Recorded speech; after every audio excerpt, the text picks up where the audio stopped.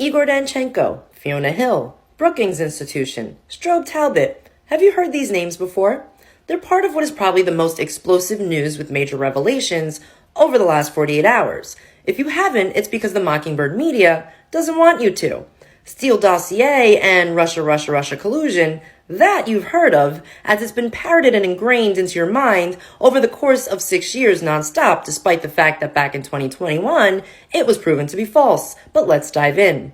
On Tuesday, Special Counsel John Durham revealed that Igor Danchenko, a Ukrainian-born Russian citizen, and the source for Christopher Steele's dossier had been hired as a confidential human source by the FBI from March of 2017 to October of 2020. An interesting hire considering the FBI was investigating him for espionage 8 years prior, at which time he fled to the UK to work for Christopher Steele at his intelligence firm and then the Clinton campaign.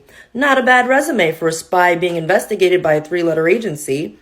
What is interesting about the timing is that by March of 2017, Danchenko had already disowned the Steele dossier and admitted it was fabricated.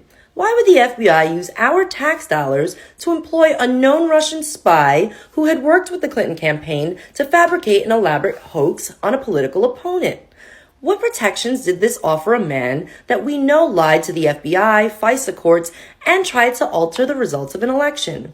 If Danchenko fled the country because he was under investigation, how did he suddenly feel confident enough to come back to the U.S. and obtain such interesting jobs? What is the punishment for lying to the FBI? What is the punishment when the FBI lies and commits or covers up a crime?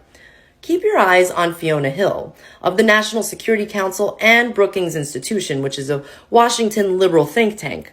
She, along with Strobe Talbot, who was president of Brookings and a longtime Clinton friend, Clinton diplomat, and high-ranking official, Christopher Steele and Danchenko, added to his luxurious resume, masterminded the plan to sway public opinion against Trump. What better way to divert attention away from Hillary's emails? All roads lead back to Brookings Institute and all names mentioned above. The Danchenko trial begins October 11th. The media has done everything to minimize the revelations of the last few hours. We've seen that we still have a corrupt judicial system, as well as a media that continues to elevate fake stories to cover up these crimes and bury the truth. Either way, if you can find a way to follow this case, I assure you there will be many major revelations you have never heard before that will make you question reality. All I can do is prepare you for what's to come as you try to answer the following questions for yourself. What is Hillary Clinton's role and connection to this cast of characters? What did the FBI's Crossfire Hurricane team know? When did they know? What happens if the truth is exposed publicly on all of this? What lengths will those involved go to ensure the majority of the public doesn't find out the truth? What happens when they do? Question everything.